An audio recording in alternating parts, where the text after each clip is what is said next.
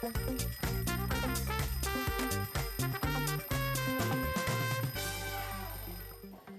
լույս սիրելի հեռուստադիտողներ, այսօր դեկտեմբերի 23-ն է, օրը երեքշաբթի եւ ինչպես տեսնում եք, իմ սիրելի գործընկերն արդեն վերադարձել է հրաշալի տրամադրությամբ, պայծառ դեմքով եւ մենք այսօր միասին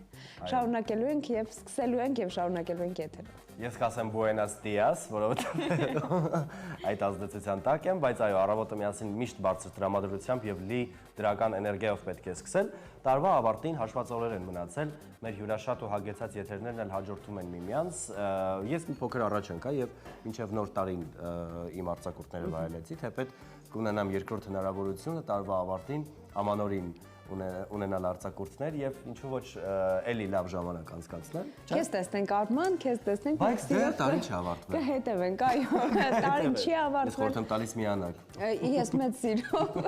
բայց սիրելի հեռուստադիտողներ, այո, տարին մոտենում է ավարտին եւ կարեւոր թեմաների անդրադառնանք, խոսենք եղանակի մասին։ Առաջիկա օրերին սպասում են առանց տեղումների եղանակ, օդի ջերմաստիճանն էապես չի փոփոխվելու, կարծես թե ցավոք, այո, ամանորը առանց ձյուն ենք դիմավորելու։ Լավ կլիներ ձյուն լիներ, որովհետև դե մենք չունենք այդ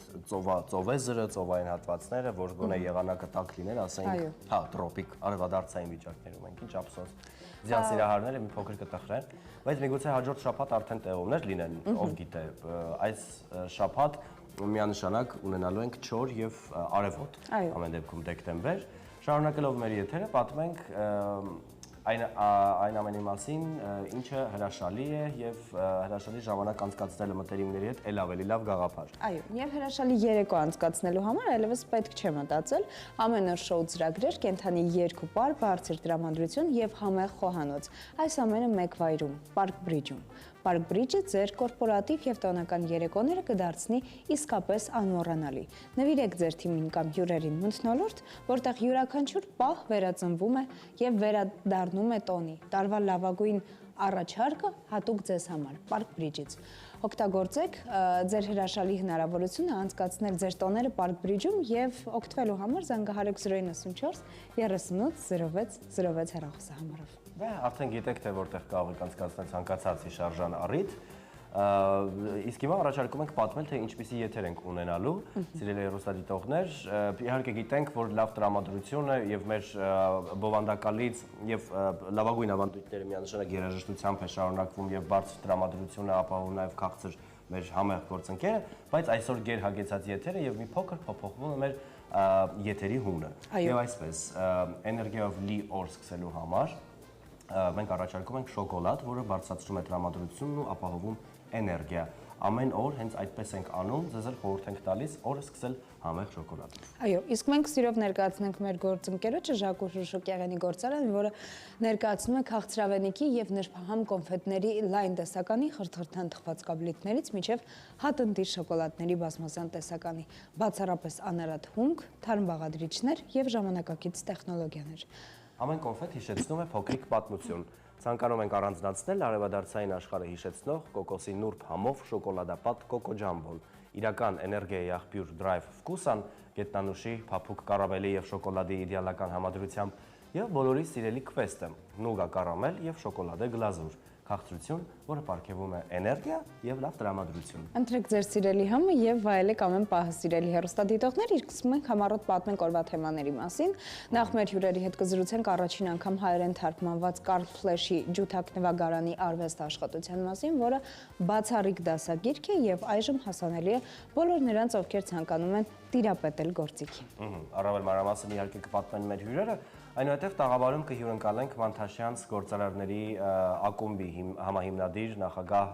Վահրամ Միրաքյանին եւ նրա հետ կզրուցենք բիզնեսի անատոմիա գրքի մասին, որը վստահ ենք շատերի համար դառնալու է հաջողակ բիզնես ունենալու կարևոր ուղեցույցներից մեկը։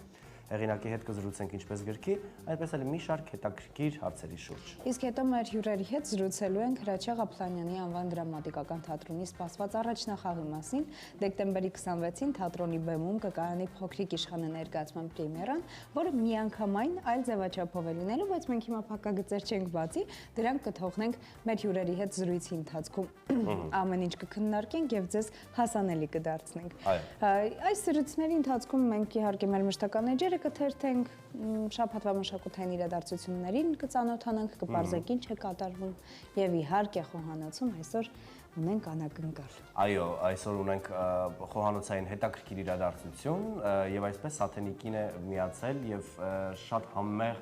ես վստահ եմ նաեւ էսթետիկ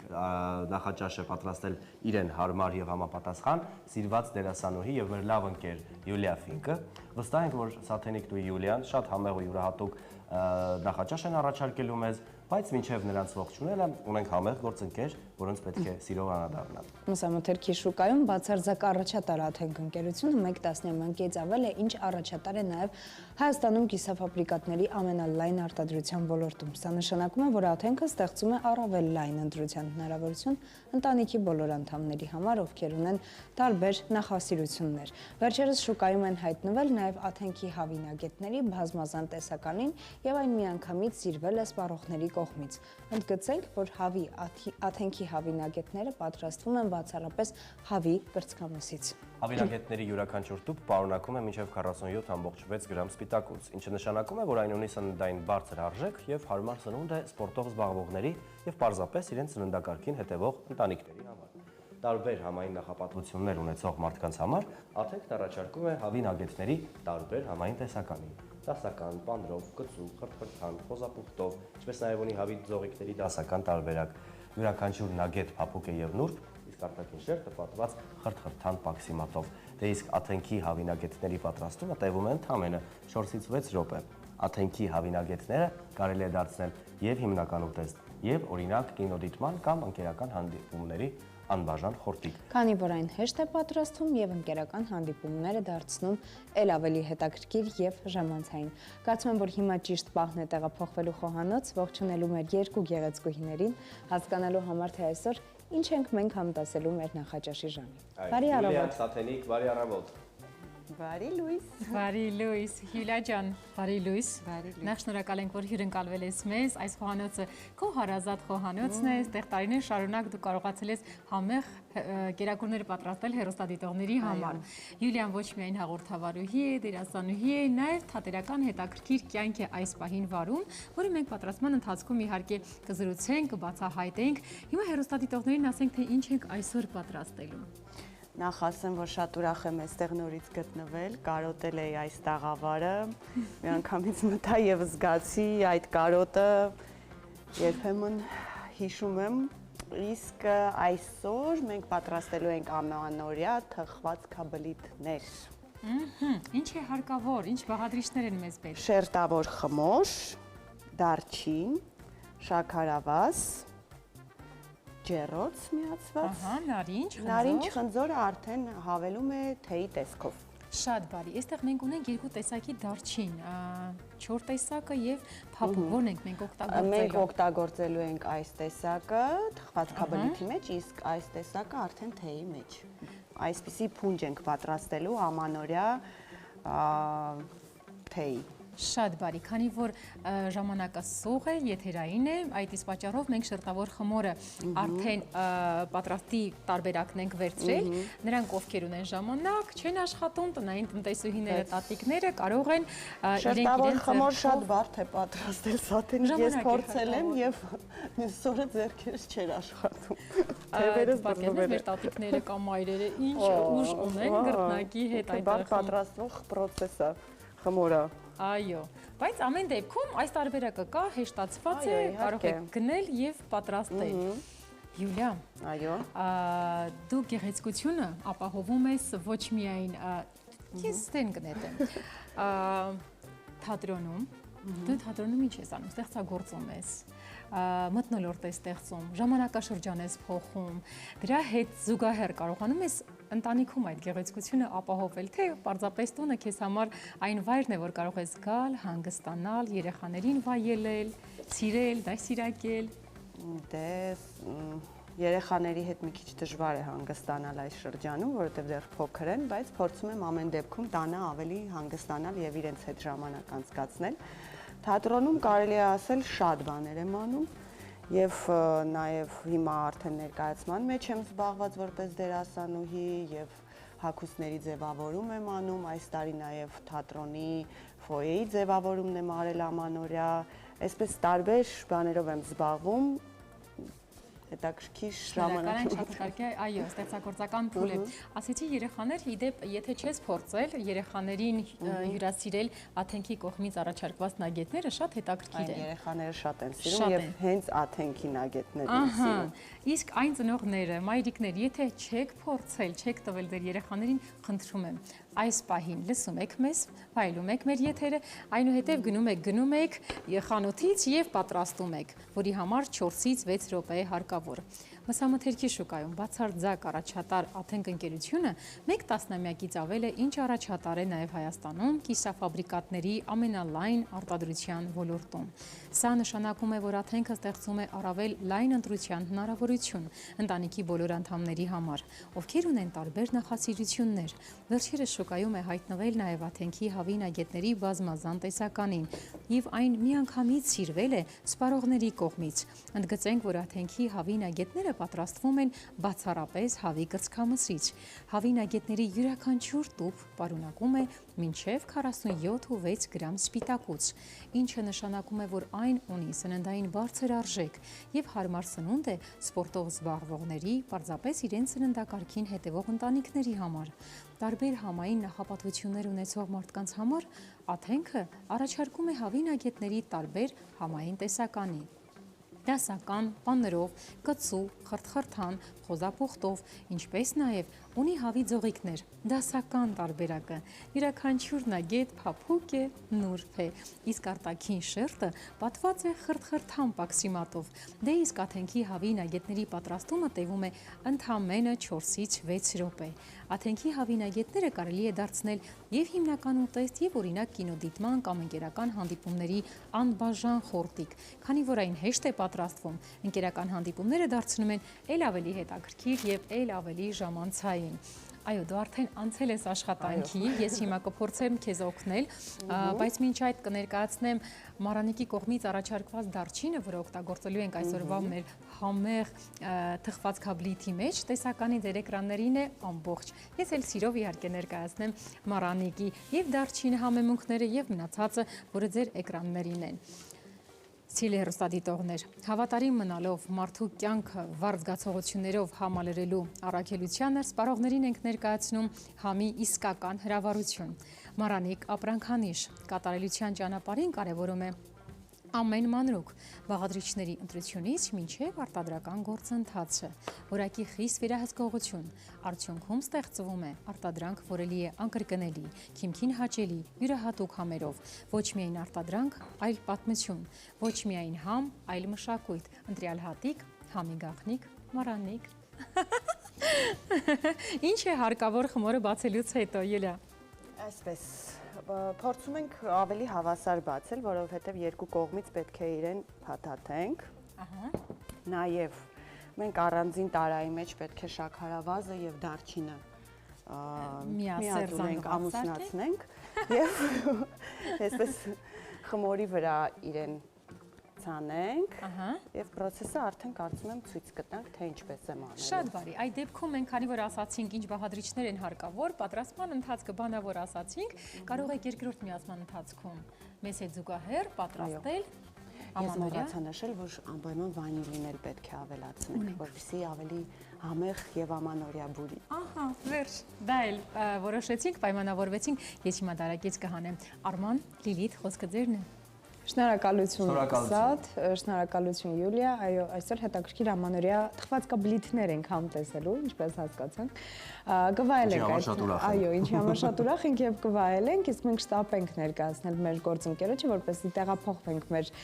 տաղավար ընդունելու հյուրերին։ Նորապատ գրուպ ունիվերսալ անվտանգության ընկերությունն առանձնանում է վստահությամբ եւ պրոֆեսիոնալ մոտեցմամբ։ Ժամանակակից տեխնոլոգիաներով եւ շուրջօրյա հսկողությամբ ապահովում է այն, ինչ թանկ է ձեզ համար եւ առաջարկում է անձնական տեխնապահներից մինչեւ հուսալի պահակային ծառայություն, մշտական տեսահասկում, օպերատիվ արձագանք։ Նորապատ գրուպ ունիվերսալ անվտանգության ընկերության թիմի շնորհիվ կունենաք խաղաղության, վստահության եւ ապահովության զգացողություն ամեն օր։ Ձեր անվտանգությունը վստահեք Նորապատ գրուպին։ Հեռախոսահամար 099 27 50 07 Իդեպ նորապատ գրուպ ունիվերսալ անվտանգության ընկերության անհրաժեշտ են հմուտ, պատասխանատու եւ որակավորված աշխատակիցներ։ Եթե ունեք արագ արձագանքման կարողություն եւ ցանկանում եք աշխատել կայուն ու վստահելի թիմում, ապա զանգահարեք 099 27 50 07 հեռախոսահամարին եւ նաեւ կունենաք աշխատանք։ Հրաշալի, այս պահին մենք ընդմիջ ենք գովազդով, այնուհետև վերադառնանք եւ շարունակենք։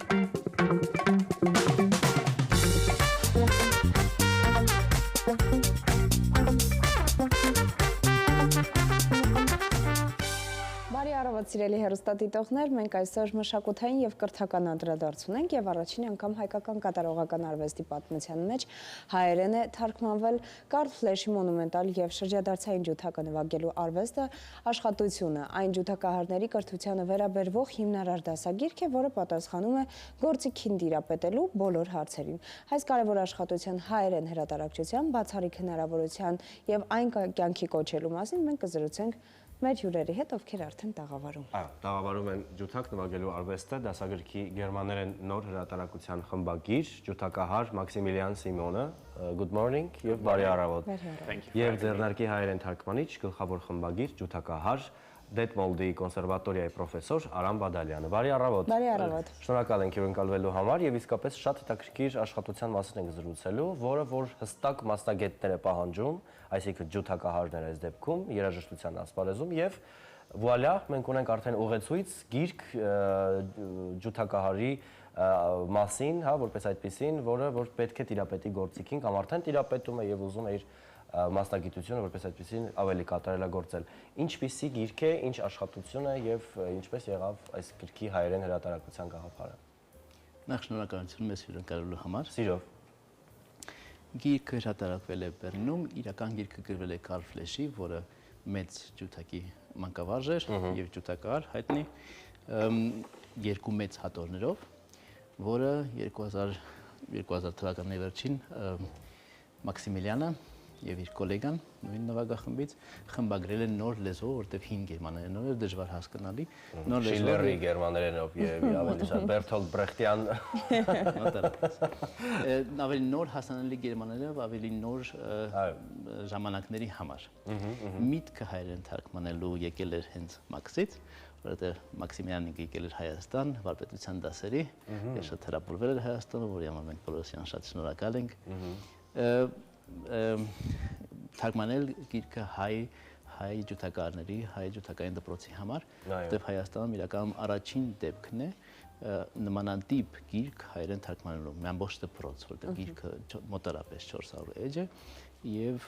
բարունակում է ամբողջ ջութակ նվագելու արվեստը, սկսած տեխնիկայից, վերջացված երաժշտական բեմին կատարմամբ։ Հրաշալի, ես ուզում եմ հասկանալ տեխնիկական առումով եւ մասնագիտական առումով այն ինչպիսի հետք է թողել ձեր մասնագիտական կյանքի եւ գործունեության վրա, ինչ տեխնիկաներ եք, արդյոք դուք օգտվել եք տեխնիկաներին տիրապետելու համար հենց այս գրքից։ Բազա է տալիս։ Այո։ Գիտեք, ջութակի արվեստի մեջ կան տարբեր դպրոցներ՝ ռուսական, ֆրանկո-բելգիական, ամերիկյան, ու ամեն դպրոցի մեծագույն խոշորագույն ներկայացուցիչները նաեւ գրել են նմանատիպ գրքեր, որոնք ամեն մեկն ունեն արժեքը։ Կարլ Ֆլեշի դերը շատ մեծ է։ Իմ անձնական անցած դպրոցը ավելի ռուսականին է նման, որտեղ իմ դասախոսը ռուս է, չնայած ես գերմաներեն սովորել, բայց ընդհանրությունները շատ են։ Գիրքը լրացում է նաև գամաների համակարգով, վարությունների համար, որ ցանկացած ջութակահար գիտի, Հայաստանում էլ, դրսում էլ, եւ շատ կարեւոր դեր կխաղա հուսով եմ հայկական երաժշտական կյանքում նաև։ Արա, մենք իհարկե խոստացանք հեռուստադիտողին, որ դուք կօգնեք մեզ շփվել Մաքսիմիլյանի հետ հաղորդակցության հարցում այս դեպքում եւ հիմա կուզենք նաեւ Մաքսիմիլյանի հետ զրուցել։ Մաքսիմիլյան, 1923 թվականին գիտենք, որ գիրքը հրատարակվել է, որպես այդպիսին եւ Արամը նշեց, որ ձեր թեթև ձեռամբ նաեւ հայերեն հրատարակվեց հայ ջութակահարների համար։ Հետաքրքիր է, ինչից հասկացաք, որ մեր երկրում պարտադիր է ունենալ այսպիսի դասագիրք եւ ուղեցույց, որպես այդպիսին ջութակահարների համար, որն էր մոտիվացիան եւ երբ հասկացաք, որ այդ միտքը ծագեց ձեզ մոտ ունենալ այսպիսի նախաձեռնություն հայերեն հրատարակել այս գիրքը։ Ganz kurz übersetzen. Gerne. Also er fragt, woher kommt die Idee, das zu übersetzen auf Armenisch? Und wie ist das Verbindung gekommen mit Armenisch? Hast du gesagt, jetzt muss man das auf Armenisch übersetzen? Auf Deutsch, ja, antworte ich dir. Or do you want English is fine as well, or? I think your original language is going to be much better. Okay, gerne. Die Idee kam durch die Leiterin der Primavera Foundation, Elena Jakovleva, das zu übersetzen, was ich eine sehr gute Idee fand. Und sie kam dann auch mit der Idee auf mich zu, weil sie hat davon gehört, dass wir eben dieses Buch herausgebracht haben. Und das natürlich in einem Land zu etablieren, wo es so etwas noch nicht gibt, war einfach natürlich eine sehr gute Idee. Idean եկել է Primavera Foundation-ի կազմակերպիչից Ելենա Եկոլևայից, որը իմանալով գրքի մասին առաջարկել էր Մաքսին թարգմանություն անել, քանի որ Հայաստանում նման գիրք դեռ չէր թարգմանվել։ Եվ իր համար շատ հետաքրքիր է օգնել նաև երկրներին, որտեղ նման ինֆորմացիա դեռ չկա։ Այստեղ նաև շատ հատկանշական է հենց համագործակցությունը Primavera-ի հետ։ Ես ուզում եմ նաև հասկանալ, թե ինչպես տեղի ունեցավ Primavera-ի հետ համագործակցությունը։ Դուք տեղյակ եք այսպիսի ադմինիստրատիվ նորություններից։ Ես փորձեմ պատասխանել, թե Մաքսը։ Դուք պատասխանեք։ Դուք երկուստ էլ տիրապետում եք թեմային։ Ինձ ճիշտ ասած արդեն գրքի մտահղացում ունենալով Ելենան մոտեցավ, խոսում էր, որ 6 ամիս փնտրում էր նմանատիպ մարդ, որ թարգմանի, որտեղ գիրքը ահռելի մեծ է եւ մասնագիտապես դժվար է։ Մասնագիտ է պետք է մարդ, որ լեզուներ է խոսում նաեւ, որովհետեւ ես էի եւ այդ ժամանակվանից ես Ելենային ճանաչեցի։ Նույնատիպ ճանաչել Մաքսիմիլյանի հետ, ծառայություն եղել է Մաքսիմիլյանի հետ, die fragen wie ist gekommen deine Verbindung mit Jelena? Woher kennst du Jelena? Jelena habe ich das erste Mal in Moskau tatsächlich getroffen. Aha. Nach einem Konzert. Ich habe ein Konzert gespielt im großen Saal vom Moskauer Konservatorium. Und nach dem Konzert, weil sie mich mit ihrer damaligen Agentur vertreten hat für dieses Konzert, sind wir danach noch was essen gegangen. Und so kam die Verbindung. Und Gott sei Dank ist sie entstanden. So.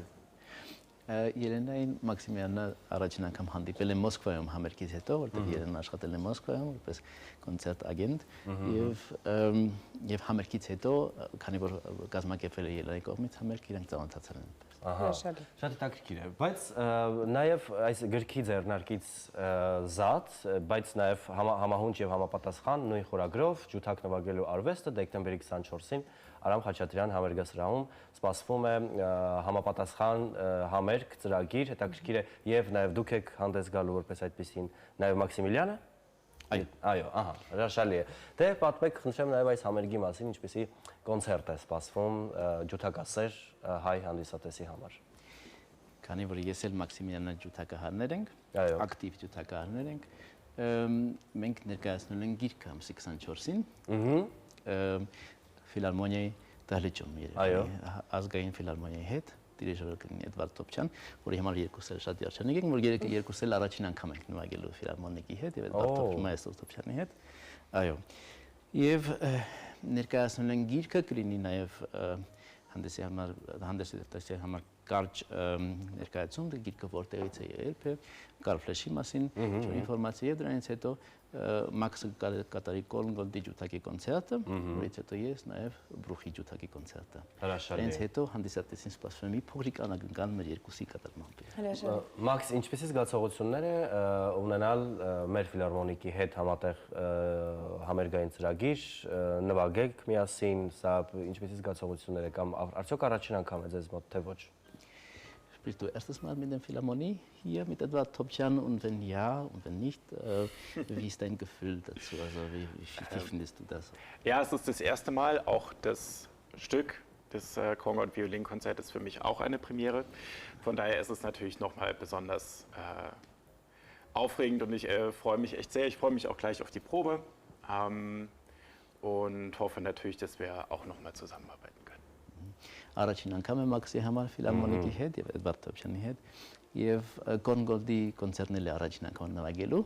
Դրա համար ինքը շատ ուրախ է վերջանիկ եւ շատ ուրախ է որ հենց ձեզ հանդիպումից հետո մեր առաջին փորձն է նաեւ եւ մենք ուղիղ գնում ենք դեպի Հրաշալի է։ Արամ Խաչատրյան համերգասարան։ Վստահ ենք, որ հանդիսատեսը հրաշալի նոտաներ է վայելելու։ Այստեղ գրքի մասին մի շատ հատկանշական փաստ կա, որի մասին կուզեմ, որ դուք խոսեք, բարեգործական հիմունքներով, քանի որ հրատարակվելու է գիրքը, այն կոնսերվատորիաներին, քոլեջներին եւ երաժշտական դպրոցներին տրամադրվելու է անվճար։ Ես ուզում եմ դուք մի փոքր հստակեցնեք մեր հեռուստադիտողի համար, ինչպես կարող են գիրքը ձեռք բերել։ Գիրքը ընդհանրապես լինելու է անվճար։ Մեր իհարկե դա շատ մեծ երջանկություն է մեր երաժիշտների համար նման հովանավորներ ունենալ։ Նամանավանդ Հայաստանում ինձ համար մեծ արժեք է եւ տվելու անվճար բոլոր երաժշտական մասնագետներին, այսինքն մանկավարժներին, երաժշտական դպրոցների 3 մենք կոնսերվատորիա նվիրաբերեցինք 10 գիրք կոնսերվատորիայի գրադարանին եւ ցանկացած մարդ ով դասավանդում է կամ պրոֆեսիոնալ երաժիշտ է կարող մոտենալ եւ խնդրել գրքի տարբերակը ծրի։ Անվճար, այո, անվճար։ Այնպես որ սիրելի ապագա ջութակահարներ, որոնք արդեն սովորելու եւ դասապրոցեսի մեջ են եւ արդեն կայացած մարդիկ, ովքեր որ իսկապես գործունեության մեջ են ջութակի հետ միասին, կա ձեռնարկ եւ հրաշալի նորություն անվճար ձեռք բերելու այս անկյունակարային միանշանակ ձեռնարկն ու դասագիրքը, որը որ պատրաստված է հենց ձեզ համար։ Ինձ հետաքրքիր է նաև Մաքսիմիլյանի կարիերայի ընթացքում ինչպիսի կարևոր իր դեր է խաղացել այս գիրքը, Կարլ Ֆլեշի ջութակ նվագելու արվեստը գիրքը, ինչպիսի խորհուրդներ եւ կարևոր կետեր է նա օգտագործում իր կարիերայի ընթացքում։ Die Frage ist, wie wichtig war dieser Buch für dich in deiner Karriere und deinem Studium? Das ist eine sehr gute Frage. Um ganz ehrlich zu sein, habe ich mich erst damit beschäftigt, richtig beschäftigt mit diesem Buch, als ich gefragt wurde, das neu umzuschreiben, also zu editieren. Das alles dann, aber dann im Nachgang ist sehr viel hängen geblieben, sodass ich davon immer noch einiges versuche zu berücksichtigen. Երիտասարդ ժամանակը կամ մեծ ուշադրություն չի դարձնել, չնայած բոլորը գիտեն գիրքը եւ կամաների համակարգը, հիմնական շատ լուրջ ձևով ուսումնասիրել, երբ որ պետք է խմբագրել արդեն գիրքը, բայց դրանից հետո շատ մեծ դեռ հիմա արդյունքները կան, մեծ հետևանք եւ հետքեր է թողել։ Մենք մաղթում ենք ձեզ հաջողություններ, շնորհակալ ենք հյուրընկալվելու համար, այնպես Dankeschön, եւ դեկտեմբերի 24-ին անպայման ձեզ լեփլեցուն դահլիճ ու հրաշալի հանդիսատես, որը կգնահատի նախ ձեր կատարած ստեղծագործությունները եւ իհարկե գիրքը իր արդյունքը կտեսնի։ Իհարկե, շնորհակալություն այսպիսի ձեռնարկի համար, որը իրոք հիմնակարային է եւ հիմք է դառնալու ուսման զարգացման համար։ Դե ինձ սիրելի հեռուստադիտողներ, այս պահին մենք ընդմիջ ենք գովազդով, այնուհետև շարունակենք։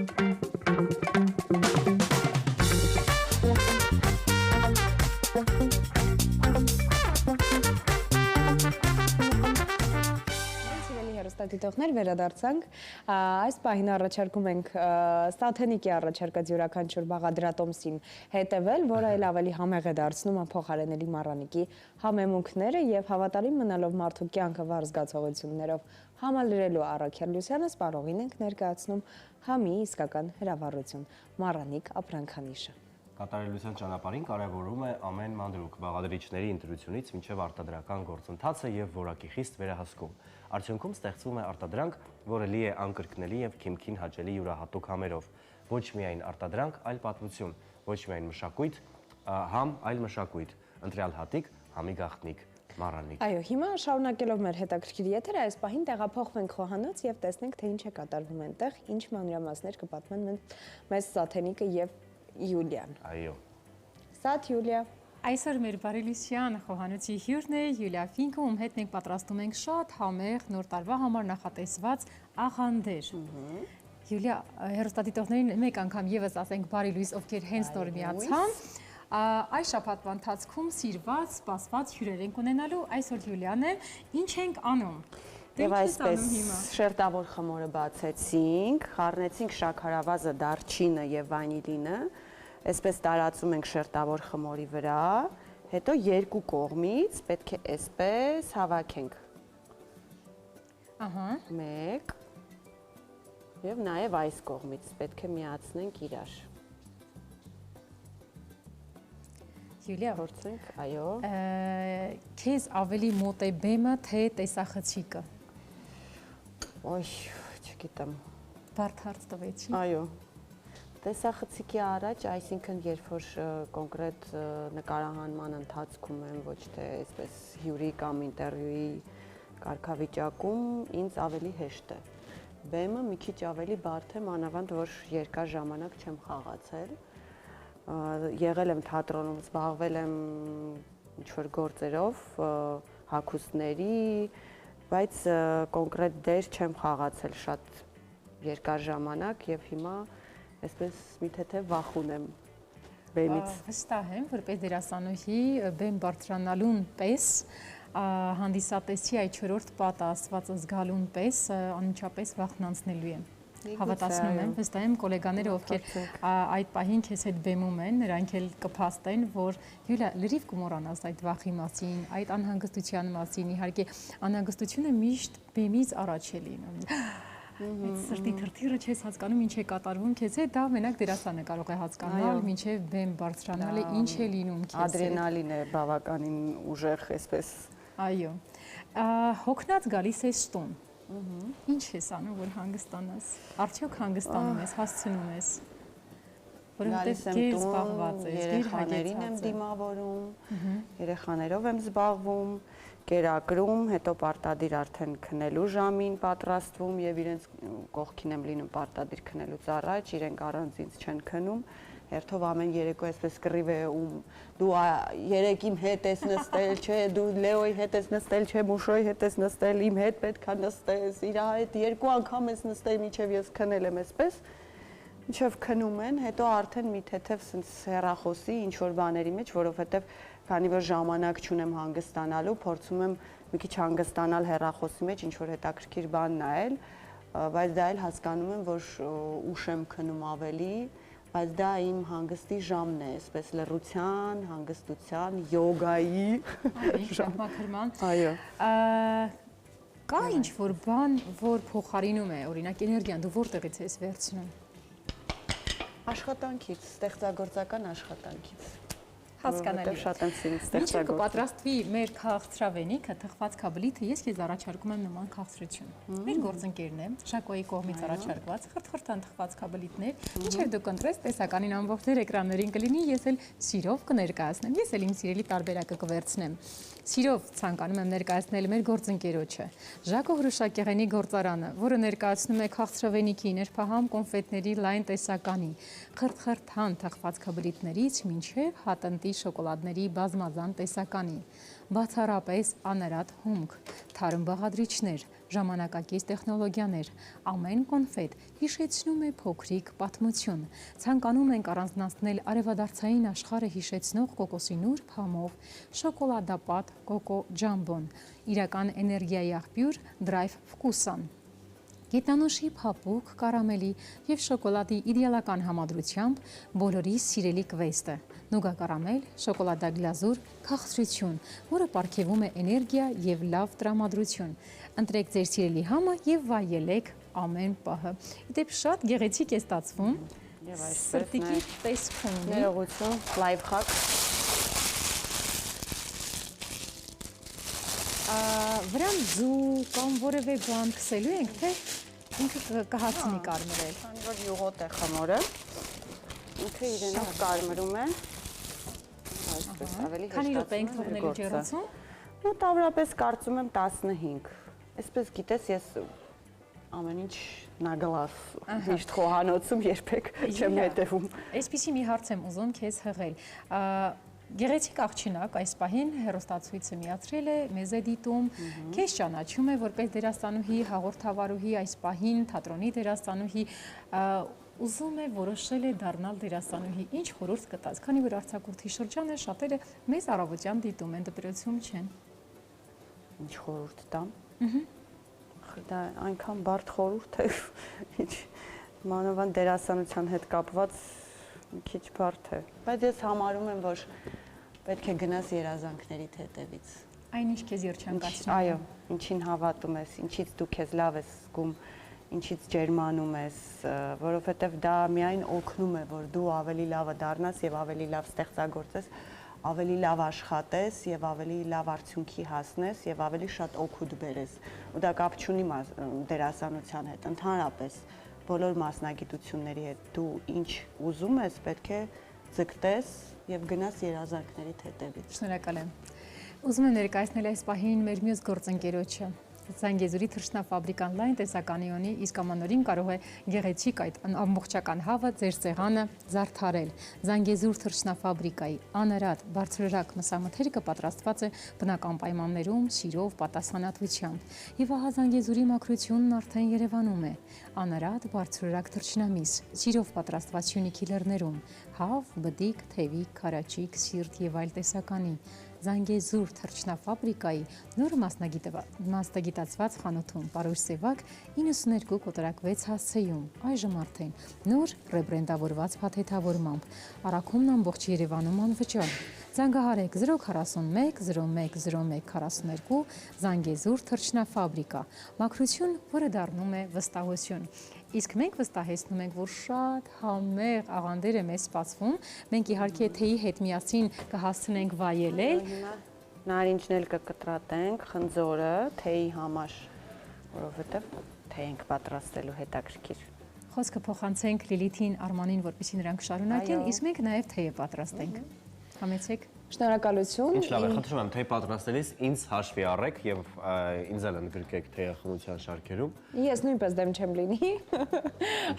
Իսկ մենք այս պահին ձեզ ներկայացնենք, թե որտեղ կարող եք դուք հրաշալի երեկո անցկացնել եւ այլևս պետք չէ դրա մասին անընդհատ մտածել եւ ընտրություն կատարել։ Ամեն օր շոու ծրագրեր, կենթանի երգ ու պար, բարձր տրամադրություն եւ համեղ խոհանոց։ Այս ամենը մեկ վայրում՝ Park Bridge-ում։ Park Bridge-ը ձեր կորպորատիվ եւ տոնական երեկոները կդարձնի իսկապես անմոռանալի։ Նվիրեք ձեր թիմին կամ հյուրերին մթնոլորտ, որտեղ յուրաքանչյուր պահ վերածվում է տոնի։ Տարվա լավագույն առաջարկը հատուկ ձեզ համար Park Bridge-ից։ Ծրագրեք ձեր երեկոն զանգահարելով 094 38 06 06։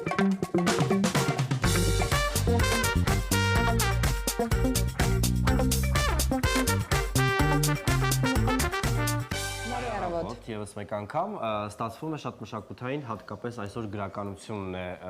շեշտադրում մեր եթերի, հաջորդիվ ունենալու ենք իհարկե թատերական զրույցներ, բայց դեռ շարունակում ենք գրքի մասին զրույցները, ջութակի նվագելու արվեստից տեղափոխվում ենք բիզնես աշխարհ, եւ այսպես դեկտեմբերի 10-ին Կինոյի տանը կայացավ Վահրամ Միրաքյանի բիզնեսի անատոմիա գրքի շնորհանդեսը։ Այս գիրքը բացառիկ է նրանով, որ այստեղ յուրաքանչյուր ոք, ով զբաղվում է բիզնեսով կամ ցանկանում է զբաղվել դրանով, կգտնի շատ կարևոր եւ որ ամենակարևորն է կիրառելի տասնյակ սկզբունքներ բիզնեսում արդյունավետության եւ հաջողության հասնելու համար։ Սա գիրք է գրված մի մարդու կողմից, որ բիզնեսի յուրաքանչյուր նյարդ գիտի ողն ու ծուծով։ Մեր հյուրն է Մանթաշյանց գործարարների ակումբի համահիմնադիր նախագահ, բիզնեսի անատոմիա գրքի հեղինակ Վահրամ Միրաքյանը։ Բարի առավոտ։ Բարի առավոտ։ Ուրախ ենք ձեզ տեսնել։ Եվ բազմիցս հանդիպում ենք մեր տաղավարում հետաքրքիր զրույցներով, բիզնես աշխարհում տեղի ունեցող եւ արդեն հասել ենք նրան, որ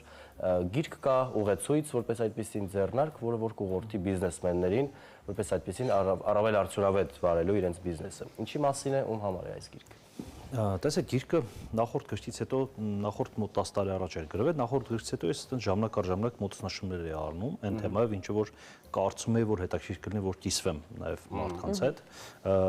որտեղից էի վերցնում թեմաները, վերցնում էի զրույցներից, հանդիպումներից, տարբեր նյութերից, գրքերից, իմ փորձից եւ այլն, տարբեր տեղերից այնց ինֆորմացիա ոնց որ հավաքում էի ու այդ կուտակվածը ոնց որ որոշեցի մի անգամ բանալ, կենտրոնանալ եւ ավելի շատ բան անեմ, էլի հանձնեմ գրքի ձևով ստացվի, իրական նյութը շատ ստացվեց,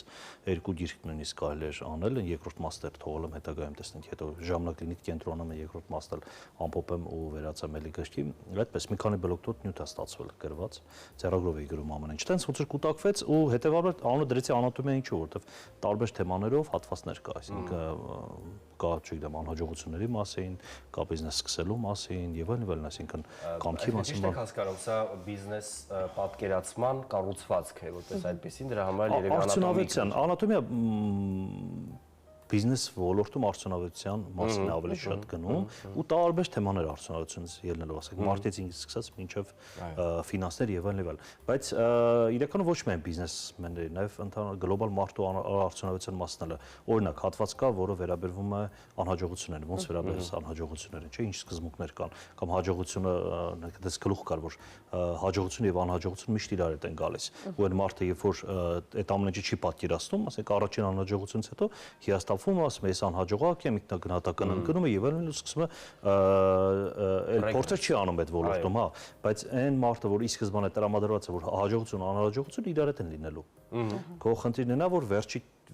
վերջում հասնես հաջողության, բայց ընթացքում անհաջողությունը շատ է լինելու։ Երբ որ դու տենց ես տրամադրված լինում, դու արդեն այդ առաջի անհաջող փորձից հետո ոչ թե ասում ես, այսինչ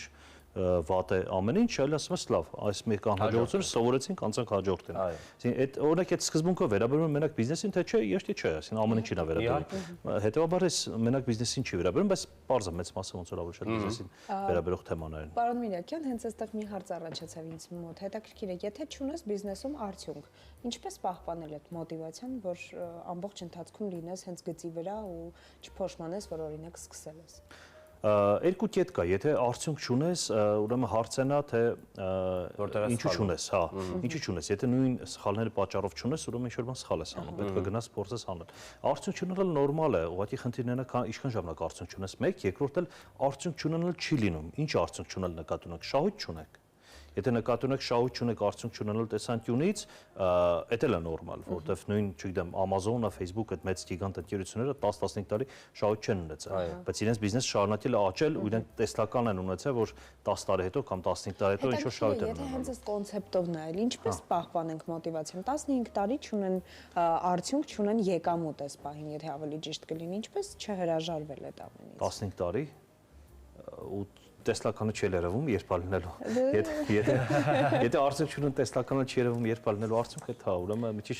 ծանր դեպք է։ Բայց գլոբալ մոտիվացիան ինքնուրույն չի, մոտիվացիան գալիս է նպատակի հետ։ Այսինքն եթե մենք մոտիվացիայի խնդիր ունենք, ուրեմն մենք խնդիր ունենք նպատակի։ Այսինքն մենք պետք է այնպեսի նպատակ տնենք, որ այդ նպատակը մեզ մոտիվացնի, այդ շատ կարևոր է։ Հետո եթե մոտիվացիայի խնդիր ունենք, ուրեմն պետք է աշխատենք նպատակի ուղղությամբ ինչ-որ բան փոխել։ Հիմա ես ձեզ խնդրում եմ դուք ասեք 5 սկզբունք, որոնցով դուք առաջնորդվում եք ձեր բիզնեսում։ Այստեղ առաջարկվում է 70 սկզբունք բիզնեսի արդյունավետության համար, բայց այո, կարելի է եթերում 5-ը կարելի կարող է հատուցնել։ 5 ամենակարևորներից պետքա նոր հենց այդ մասին խոսենք, պետքա նպատակը այնպես լինի, որ մոտիվացնի, ցանկալի այնպես լինի նպատակ, որ մենակ քեզ չմոտիվացնի, բոլորին, շատերին մոտիվացնի, այսինքն մեծ նպատակ լինի, որ թիրախային խմբին բոլորին այդ նպատակը մոտիվացնի, այդ մեկ։ Երկրորդը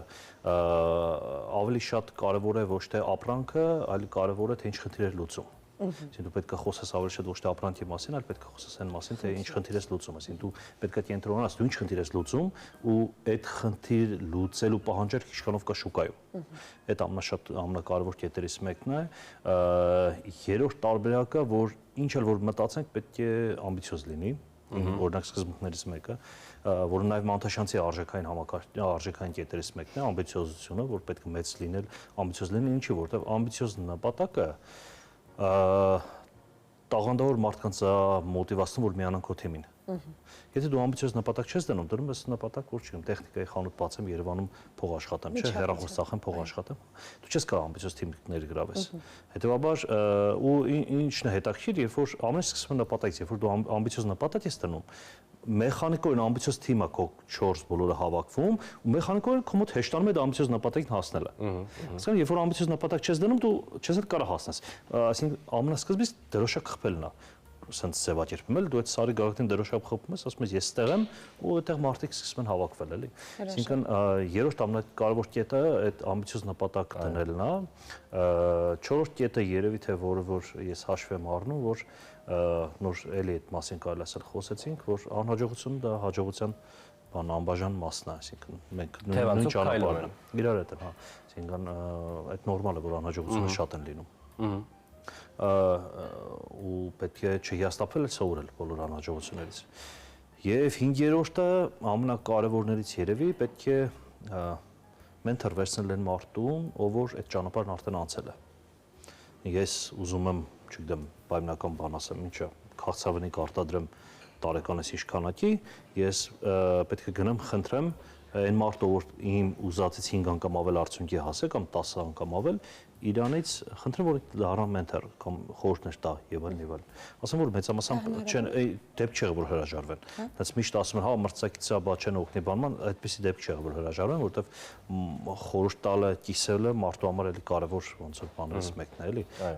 ինքնագնահատականը բարձրացնող կարևոր կետերից մեկն է։ Հետեւաբար դա էլ միշտ աշխատում է ու երբ որ դու այդպեսի մարդու հետ խոսում ես, այն ճանապարհը որ դու պետք է անցնեիր, ասենք, չգիտեմ, փորձով 2 տարում, 3 տարում, դու այդտեղ ոնց որ արդեն մի ամսում ես անցնում, քանի որ ինքը ճանապարհը անցել է, ինքը պատմում է ինչ է կատարվում, ավելի կարճ է։ Հնարավոր վտանգների մասին ամեն դեպքում զգուշացնում է։ Ես գիտեմ, որ սա ձեր առաջին գիրքը չէ, որովհետև 10 տարի առաջ լույս տեսավ ձեր 4 մարքեթինգ խորագրով գիրքը, որը բիզնես աշխարհում որպես այդպեսին ձեռքի տակ ձեռնարկ է։ Բեսելեր են ժամանակ եղավ, բեսելեր ճանաչված։ Առաջնորդվում էին մարդիկ այդ գրքով։ Ինձ հետաքրքիր է ձեր կարծիքը եւ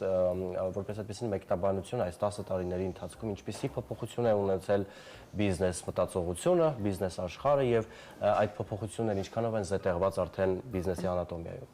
Տեսեք, ահռելի փոփոխություն ա եղել, այն ժամանակ ես ոնց որ իմ խնդիրներից մեկը բանն էր, գրքերից մեկում կարդացի, որ եթե ուզում ես հասարակությունը փոխես, պետք է փոխես հասարակությունը 2-3%-ին ակտիվ, հետո մնացածը փոխի։ Այդ ժամանակ ես ոնց որ որոշեցի բիզնես հասարակություն Հայաստանում կար մոտ արպես 70-80,000 բիզնես կա գրանցված։ Մանտաշյանը կար։ Չէ, Մանտաշյանը չկար։ Բիզնեսական բայ։ Չէ, չկար, 15 թվականն է, չէ, չկար։ 19-ին է բացվել Մանտաշյանը։ Այն ժամանակ ոնց որ խնդիր դրեցի բիզնես ոլորտը փոխել, այսինքն փոխելու համար պետք է 2-3%-ին փոխել։ Այդ ժամանակ 4 մարտից տրեյնինգներ սկսեցին, որ հազարավոր մարդ էին գալիս տարեկան, հետո բան այս գիրքը գնաց, այնտեղ ակումբ գնաց եւ այլն, այդ հիմնականում այդ բիզնես ոլորտը 2-3% փոխելու խնդիր ունեի դրած իմ մոտ,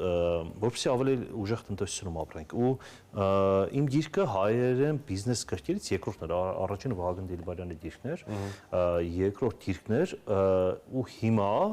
մենք մի քանի տասնյակ հայերենով գրքեր ունենք բիզնեսի մասին։ Մի քանի տասնյակ գրքեր ունենք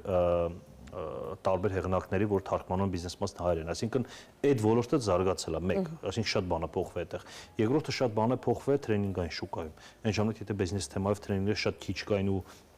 քիչ լսարան էին հավաքում, ասենք 10-20 հոգի էր հավաքում լավագույն բիզնես թեմայով տրեյնինգներով, այնալ գրանտային ինչ-որ ծրագրեր էին։ Հիմա արդեն հազարավոր լսարաններ հավաքում, հազարավոր միջոցառումներ, մեծ բան է, ակտիվություն է լինում։ Այսօր գնալու ենք Վանաձոր, էլի 300 հոգի հավաքվել են, այնտեղ գրքի շնորհանդեսն է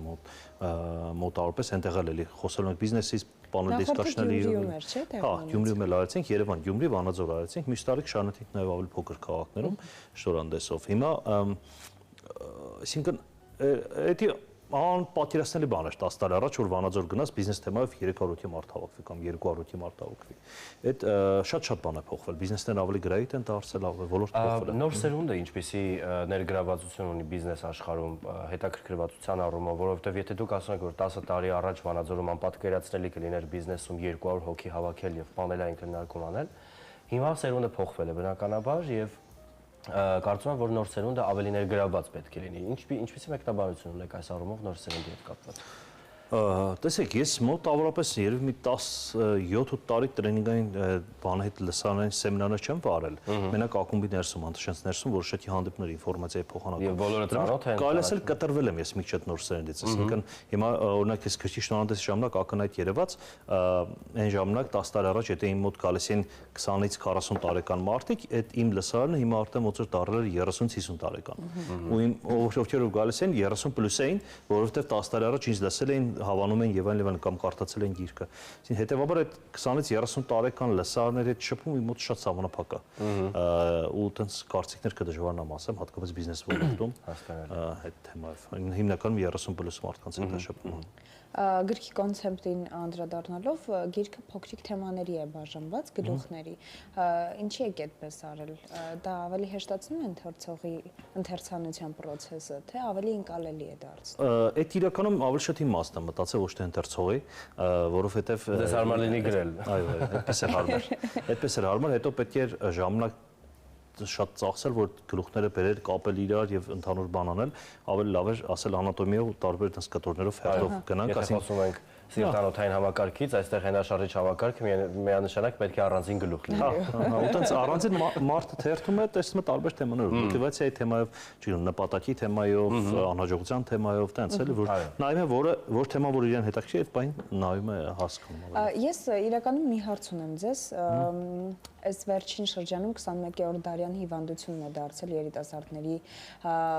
մոտեցումը դեպի մոտիվացնող գրքերը։ Ես ուզում եմ հասկանալ, ըստ ձեզ ինչպիսի դրական եւ բացասական արդյունք ունի, որովհետեւ մոտիվացիոն գրականությունը,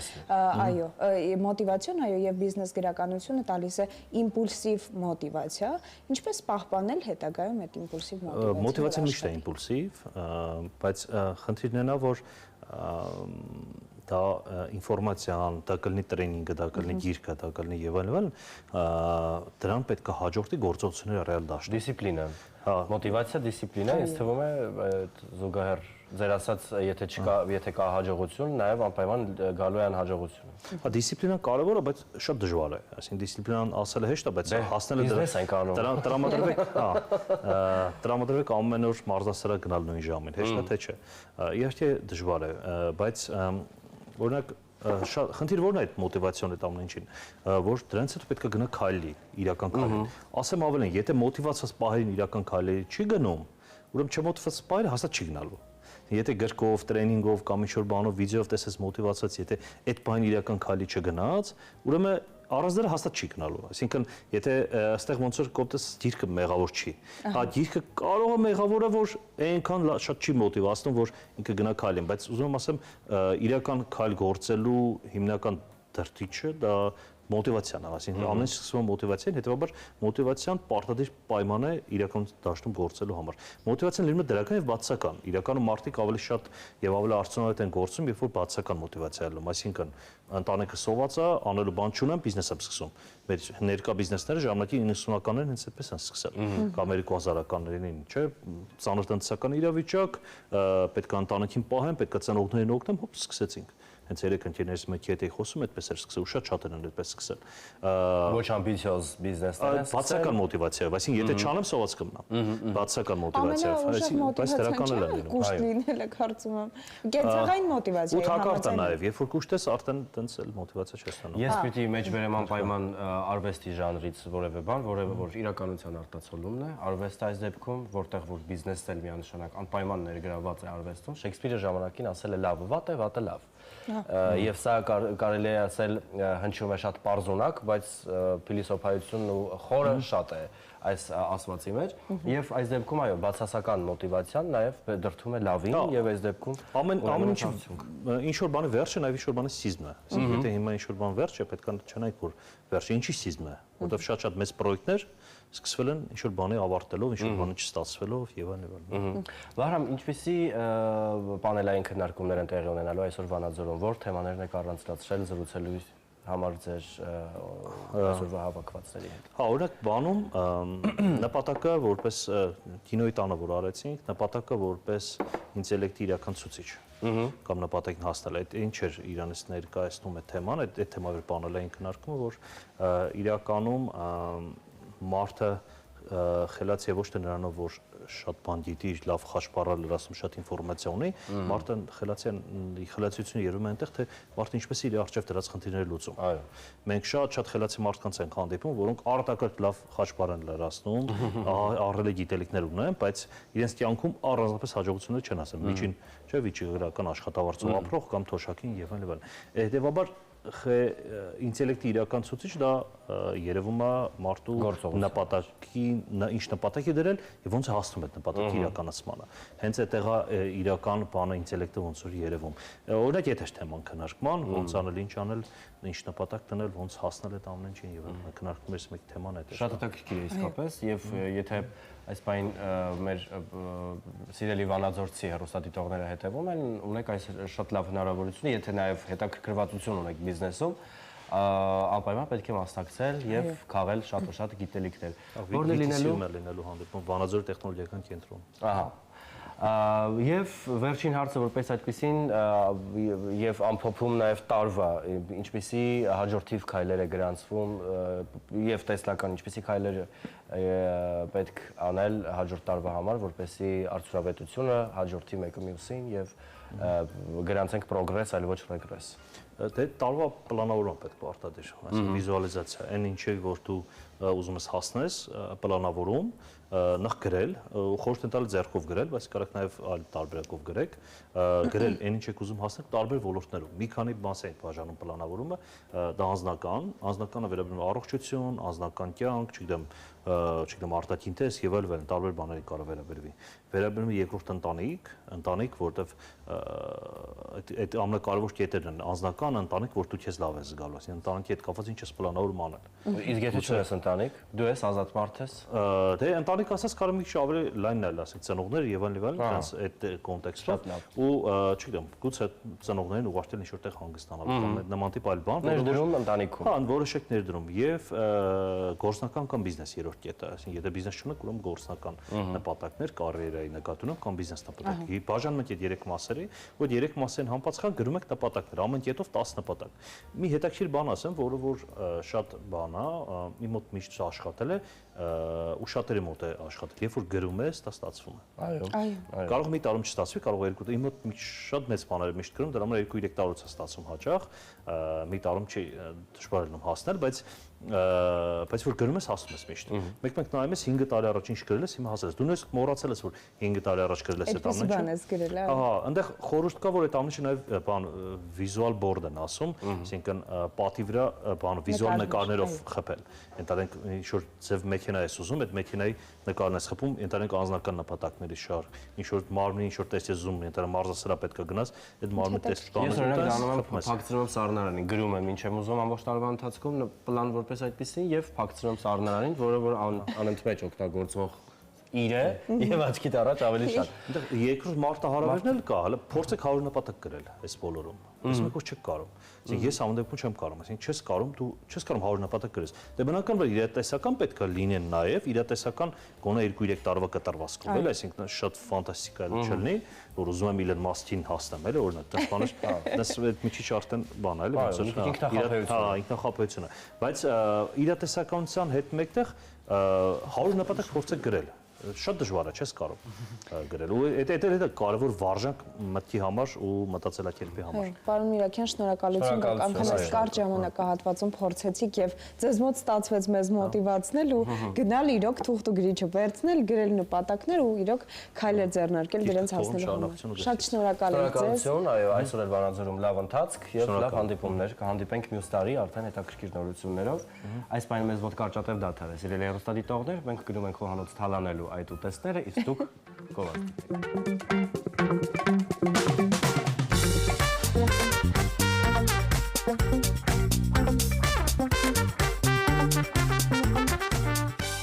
Սիրելի հեռուստադիտողներ, բոլոր նրանց, ովքեր մեզ նոր են միացել եւ մենք ունենք մշակութային անդրադարձ։ Դեկտեմբերի 26-ին Երևանի Հրաչյա Ղափլանյանի անվան դրամատիկական թատրոնը կներկայացնի ամենաուշագրավ եւ սիրված ստեղծագործություններից մեկը Անտուան դը Սենտ-Էքզյուպերիի Փոքրիկ իշխանը բոլորովին նոր մոտեցմամբ։ Աշխարհում, որտեղ թվային արագությունն ավելի հաճախ է խլում մարդկային լռությունն ու զգացմունքը, թատրոնը շարունակում է մնալ այն տարածքը, որտեղ սիրտը դեռ խոսում է։ Եվ վերջը չմոռանանք, որ միայն սիրտն է սրատես, եւ մենք առաջնախավից առաջ շատ հետաքրքիր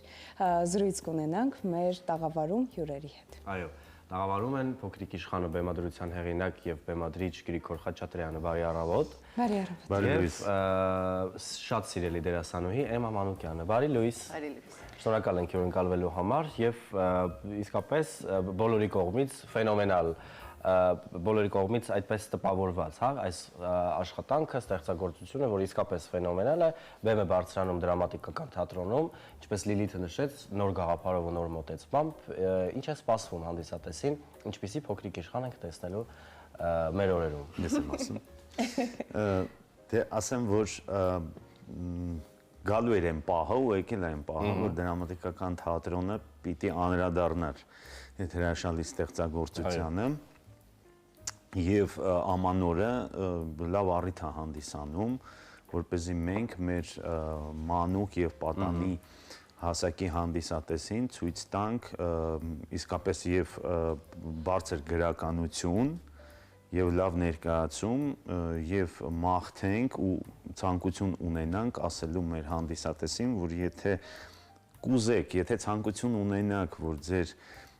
երեխաները բովանդակալից երեկո ունենան, բացի զվարճանքից, բացի ձմեռ պապի հետ, այո, բեմ եւ նրա հետ նկարվելուց, եթե մեր ծնողները ուզենան իսկապես բովանդակալից ներկայացում ցույց տալ իրենց երեխաներին, ապա համեցեք դրամատիկական թատրոն ամսի 26-ից մինչև ամսի 30-ը ներառյալ օրեկան 3 սեանս, այսինքն 12-ին, 2:30 եւ 5-ին եւ այսինքն մյուս տարի արդեն 26 թվականի հունվարի 3-ից 7-ը էլի նույն ժամերին։ Եվ իսկապես դուք շատ ճիշտ մեջբերում եւ նկատառում արեցիք, որ այո, տոնածառային ներկայացումները տոնածառային են եւ ուղղակի զվարճանք, ես այդպես եմ կարծում, դե հիմնված տարբեր հեքիաթների վրա, բայց մենք չենք խոսում այս բան հեքիաթի մասին, բայց խոսում ենք այո ամանորյա հրաշքի շեշտադրմամբ այդ շատ ֆանտաստիկ գործի մասին, որը փոքրիկ իշխանն է, խնդրեմ։ Եվ իրականում տարբեր տարիքային սեգմենտի համար ինքը բավականին լայն հնարավորություն եւ աշխարհայացք է բացում։ Հետաքրքիր է այստեղ պատանի հանդիսատեսի համար ինչպիսի փիլիսոփայական շերտ եք պահպանել, այո, փոքրիկ։ Ասեմ մի բան, որ մենք կարգախոս ունենք ներկայացումը թողարկելուց առաջ եւ ուզում եմ հնչեցնեմ, որ մեր կարգախոսը փոքրիկ իշխանը բեմադրելուց եղել է այսպեսին ներկայացում մեծերի եւ փոքրերի համար։ Բոլորս գիտենք, որ թատրոնի տոմսը ծնողն է գնում եւ երբեմն այնպես է լինում եւ մենք բազում հանդիսատեսից այդ կարծիքը ունենք, որ իհարկե երեխաները նայում են ներկայացումը, բայց դա անհետաքրքիր է իհարկե մեծահասակների համար, այսինքն ծնողի համար։ Հիմա այսպիսի կարգախոսի միջոցով մենք ուզում ենք ներկայացումը ու արել ենք ներկայացումը այնպես, որ եւ ծնողները եւ երեխաները հավասարաչափ նայեն եւ հավասարաչափ հետաքրքրված լինեն։ Ինչ որ վերաբերվում է նյութին, ամենամեծ հրաշքը երևի երկրագնդի վրա, երկրի երեսին, երևի անձնազոհությունն է, երևի թե բարձր գաղափարներով տոգորվելն է, երևի թե ես կարող սխալվում եմ, բայց հենց փոքրիկ իշխանը հենց դրա մասին է ու փոքրիկ իշխանը հենց այդ փոքրիկ իշխանը ներկայացման մեջ էլ գրականության մեջ հենց այդ հրաշքն է կատարվում եւ դա ամենամեծ իհարկե բովանդակությունն է, որը կարա մեզ հետ տեղի ունենա։ Դրա հետ հաղորդակցվելը ինձ թվում է ամենահետաքրքիր ժամանցը կարա դառնա։ Այո, նույնիսկ ամանորին։ Էմա, ինչպեսի ճանապարհ եք անցել այս ներկայացումը ստեղծագործական process-ում, ով է ձեր կերպարը։ Ես խաղում եմ օձին։ Ախ, սիրածից կերպարներից մեկը, այո։ Գիտեք, ամեն տարի ամանորը մեր թատրոնի համար մեծ տոն է, որովհետև մենք հիմնականում աշխատում ենք մեծահասակ հանդիսատեսի հետ ու այս մի քանի ամիսը, որ մեր թատրոնը լցվում է երեխաներով ու մենք աշխատում ենք երեխաների հետ, իրականում մեզ համար շատ մեծ ուրախություն է։ Ու ամեն տարի մենք անհամբեր սպասում ենք երբ գալու այդ տոնածառը։ Իսկ այս տարի ավելի շատ ենք սպասում, որովհետև այս տարի բացի նրանից, որ մենք հանդիպելու ենք երեխաների հետ, նաև շատ հետաքրքիր շփում ենք իրանց հետ ունենալու։ Մենք իրանց ցույց ենք տալու մի բան, որը որ մենք էլ ենք շատ ուզում, որ իրանք տեսնեն, իրանք իմանան, իրանք շփվեն այդ աշխարհի հետ, արժե համակարգի փոփոխության, վիզուալ պատկերի փոփոխության խնդիրներ կան, որոնք որ այսօր մի քիչ երևի երեխաների մոտ բացակայում է։ Գիտեք ինչ առումով ագրեսիան շատ է, գույները շատ են, էմոցիոնալ տատանումներն են շատ, իսկ մեր ներկայացումը ասենց մի կաթիլ ջրի նման մաքուր է, ինքը զուլալ է, առանց այդ այսօրվա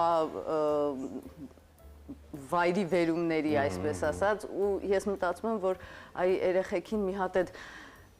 խորը շունչ է,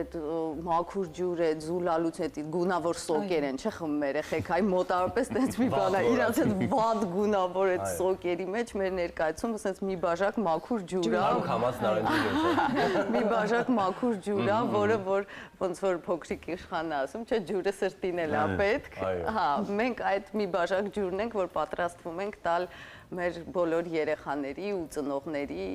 սրտին։ Պարոն Խաչատրյան, ովքեր են թաթախված մաքուր ջրի մեջ։ Շատ ու շատ, կազմ ունեք։ Շատ ճիշտ հարց էր, ես հենց այդ էի ուզում ասեի, լավ որ առիթ է հանդիսանում եթերից ասել, մենք շատ լուրջ ենք պատրաստվել այս ներկայացմանը, նախ մեր մարքեթինգային խումբը, դրամատիկական թատրոնը այսուհետ մարքեթինգային խումբ ունի եւ մարքեթինգային խումբը առաջարկեց դրսի նկարիչի հետ աշխատել Իզաբելա Չիխոնսկայի միջայլոց դուք Տիմուր Բեկմանբետովի ֆիլմերում կարող եք տեսնել, իր տիտրերում կարող եք տեսնել հրաշալի նկարիչի աշխատանքը Իզաբելան առաջարկել է մի այնպիսի բեմ, որը որ մեր ձևաչափի մեջ չէր, բայց ընկալելով այն ինչը որ ես էի ուզում, որ ներկայացման ընթացքում լինի, ինքը ֆուտուրիստական ճիշտ ձևավորման մեջ է տեսել։ Մենք պատվիրեցինք ներկայացման համար առանձին երաժշտություն։ Արեց Տիգրան Պարավյանը, որը դա ներկայացման երաժշտություն չի, կոմպոզիտորը սաունդտրեք է արել ուղղակի։ Հիմա մեր ներկայացումը առանց այդ երաժշտության ես այդքան նստել եմ փորձերին, ասենք ես չեմ պատկերացնում, որ դա կարա այլ կերպ լինի։ Համագործակցությունը ստացվում է ներդաշնակ։ Այո, ու ընդհանրապես զգեստները արել է Արայիկ Գաբաջյանը, որի համար շատ շնորհակալ եմ։ Թանկ եք պատրաստվել ներկայացման։ Գիտեք, այս անգամ այսպիսի մի կարգախոսել ես էի հորինել թատրոնի ներսում, ասելով, որ փոքրիկ իշխանը պիտի լինի այն պրոյեկտը, որ չէ բառը չունի եւ որևիցե մի ոլորտի ներկայացուցիչ, ասենք կլինի դա ձևավորումը, զգեստները, երաժշտությունը, դերասանները, ինչ որ իրանց հետ կապ ուներ եւ ներկայացման որակի հետ կապ ուներ, չէ բառը չի հնչել։ Մենք եւ երևի գործից ենք այդպես ողջավորված, որ ինք դիներ աբսոլյուտ իրականանալի եւ հարուստ, թանկ, ինչ ասեմ, ոչ մի ջանք ու եռանդ չի խնայվել։ Մենք գալիս ենք թատրոն 11-ին եւ 11-ից նոր մյուս առավոտը նոր դուրս ենք գալիս։ Փոքրիկ իշխան, մենք խոսում ենք մի ստեղծագործության մասին, որի գլխավոր հերոսը հենց փոքրիկ իշխանը պտտվում է եւ իր շրջագայության ընթացքում բացահայտում մեծ փիլիսոփայություններ, որոնք որ փոխանցվում են այս դեպքում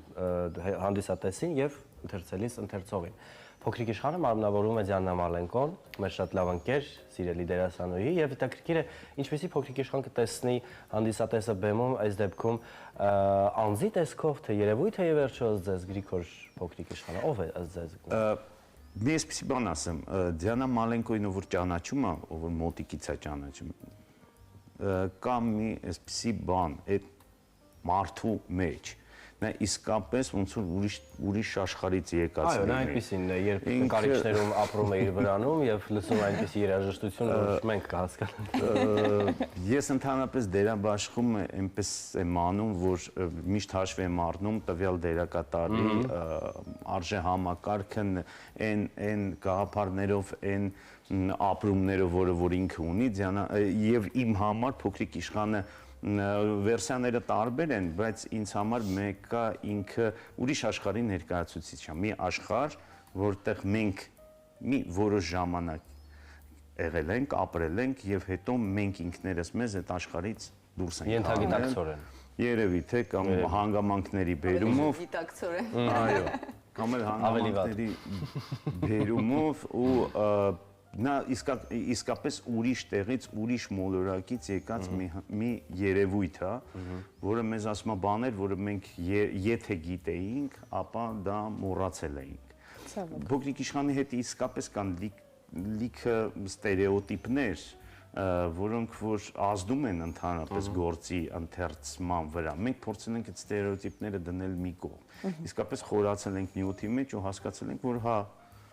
Դիանա Մալենկոն, Էմա Մանուկյանը, այո, մեր հրաշալի դերասաններ, ասենք Լիդիա Գրիգորյանը, Վլադիմիր Մսերյանը, մեր ավագները կան ներկայացման մեջ, Արմենը Բարսեղյան, Կարենը Միրիջանյան, կնեք որ բոլորին հիմա չեմ թվարկում, եւ Հայկուի Խուդավերդյանը, այո, եւ այսինքն ընդգրկել ենք ամբողջությամբ մի այնպիսի դերասանակազմ, որտեղ տարիքային համարյա բոլոր իմ ուսանողն է, ասենք վարդ խաղում, ես ուզում էի, որ 17 տարեկան աղջիկ լինի, հենց առաջի քայլերը անելում ու անելիս ու վարդի դերակատարը Լուսիա Հովանեսյանը։ Այսպես, այսինքն ինքը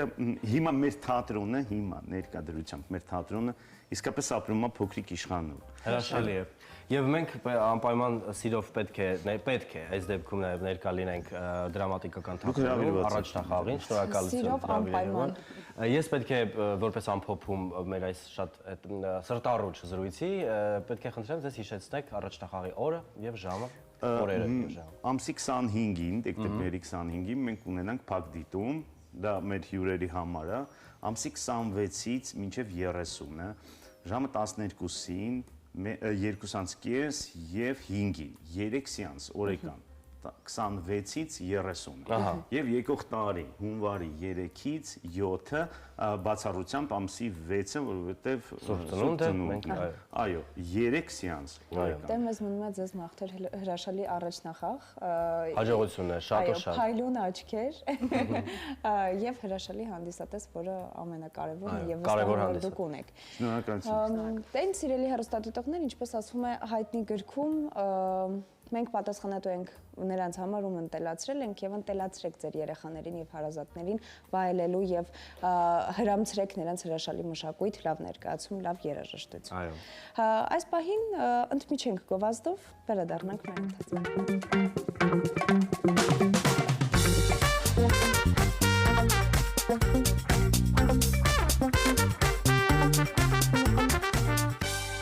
Սիրելի հեռուստադիտողներ, խոհանոցից հրաշալի բույրեր են տարածվել, մենք անհամբեր ենք շատ տեսնելու, թե ինչ են պատրաստել մեր երկու գործընկերուհիները, բայց այս պահին սիրով ձեզ ներկայացնենք Զանգեզուր թռչնաֆաբրիկայի անարատ եւ բարձրորակ մսամթերքը, որը պատրաստված է բնական պայմաններում, սիրով եւ պատասխանատվությամբ։ Եվ ահա Զանգեզուրի մաքրությունն արդեն Երևանում է, անարատ եւ բարձրորակ թռչնամիս սիրով պատրաստված Սյունիքի լեռներում։ Հավ, բդիկ, թեբիկ, քարաճիկ, սիրտ եւ այլ տեսականի Զանգեզուր թռչնաֆաբրիկայի նոր մասնագիտացված խանութում Պարուր Սևակ 92 կոտորակ 6 հասցեում։ Այժմ արդեն նոր ռեբրենդավորված փաթեթավորմամբ։ Առաքումն ամբողջ Երևանում անվճար։ Զանգահարեք 041 01 01 42։ Զանգեզուր թռչնաֆաբրիկա, մաքրություն, որ դառնում է վստահություն։ Իսկ հիմա կարծում եմ ճիշտ ժամանակն է տեղափոխվելու եւ վերջն արդյունքը տեսնելու, որովհետեւ իրոք այն բույրը, որը հիմա մենք զգում ենք, անմահական է։ Տոնական բույր է տարածված, այո, դարչնաբույր է։ Շնորհակալ եմ այս ջերմ անկեղծ զրույցի համար, համեղությունը սեղանին դրված է, այո, շատ արագ խոսքը վերցրեցի, որպեսզի շնորհակալություն ասել։ Մաղթում եմ դերեր, նոր ստեղծագործություններ, հասցնես ամեն բան քո կյանքում։ Շատ ինձ դուր եկավ, որ դու գտնվում ես այն տեղում, որտեղ որ քո հոգին է ուզում։ Այո։ Մենք քեզ շատ սիրում ենք, վայելեցինք քո պատրաստով, ուրախ եմ այստեղ գտնվել, ձեզ տեսնել։ Եվ մաղթում եմ բոլորին առողջություն եւ խաղաղություն ամենակարևորը։ Չին-չին։ Չին-չին։ Շնորհակալություն սիրելի գործընկերուհիներ եւ շնորհակալություն պատրաստած համեղ մեկնարկի համար որպես այդպեսին։ Մենք կհանդիպենք յուրաքանչյուր աշխատանքային օր, ես խոստանում եմ ձեզ ամեն օր միանալ, որովհետեւ դե գիտեք ինչ, արձակուրդի գնալն ու դրանից հետո համահունչ չի լինում։ Դե ինչ մեզ մնում է ձեզ միայն մաղթել լավ օրվա շարունակություն, լավ եղեք, առողջ եղեք, հաջողություն։